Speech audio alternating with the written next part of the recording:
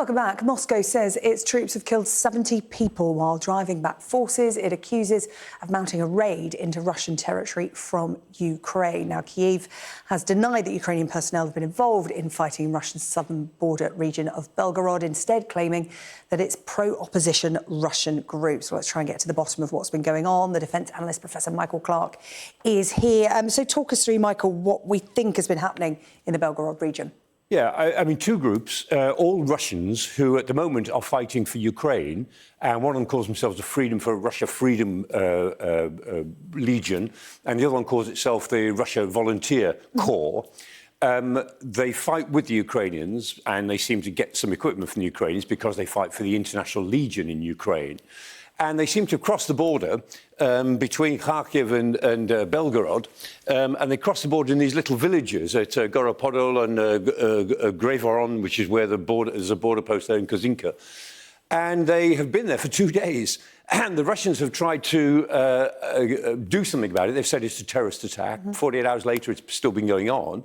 But the Russian Ministry of Defence now said they've finished it. They've killed 70-odd people, some of them on the Ukrainian side of the border, and it's all over. But that's just the Russian Ministry of Defence saying that. Yeah, how likely is that? They say it's over. They've pushed them back. As you said, 70 fatalities. Well, it probably is all over because it was an incursion. It's the third time this sort of thing has happened, but it's the biggest. But when you look at what they had, it looks like, 70 people is credible.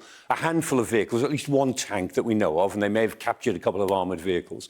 But the Russians were so shocked by it in these little well-kept villages over there that, there doesn't seem to be much fighting. There's a series of plumes of smoke have risen. There's some helicopters have been flying over, but it's not as if these characters have been going around shooting up the villages or engaging with a lot of Russian soldiers. So I suspect that the thing is, if it's not all over now, it soon will be, and it's an embarrassment to the Russians. The question is, are the Ukrainians complicit in this? Did they know about it? And that's a real problem for them if they did.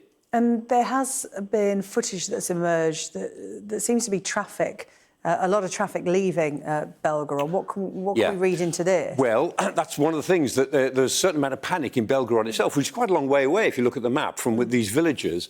But immediately it shows that the Russian civilians are quite jumpy, and the Russians can't get over this. They can say whatever else they like about what's going on, but the fact that a lot of people are panicking in Belgorod, or at least jamming the routes to get out, is something that will appear. But Russian media today have played all this down. They've hardly reported it. What I think is happening, the Russians are waiting till this is all over, and then they'll shape the story, because this actually will play to their narrative. They say, look, the Ukrainians are attacking us. NATO are behind Ukraine. Ukraine are now over on our side of the border, attacking us, terrorists. That's exactly what the Kremlin wants to say. And, it seems that this will help them say it. OK, Michael, thank you. Professor Michael Clark there with the latest on that event in Russia. Thank you.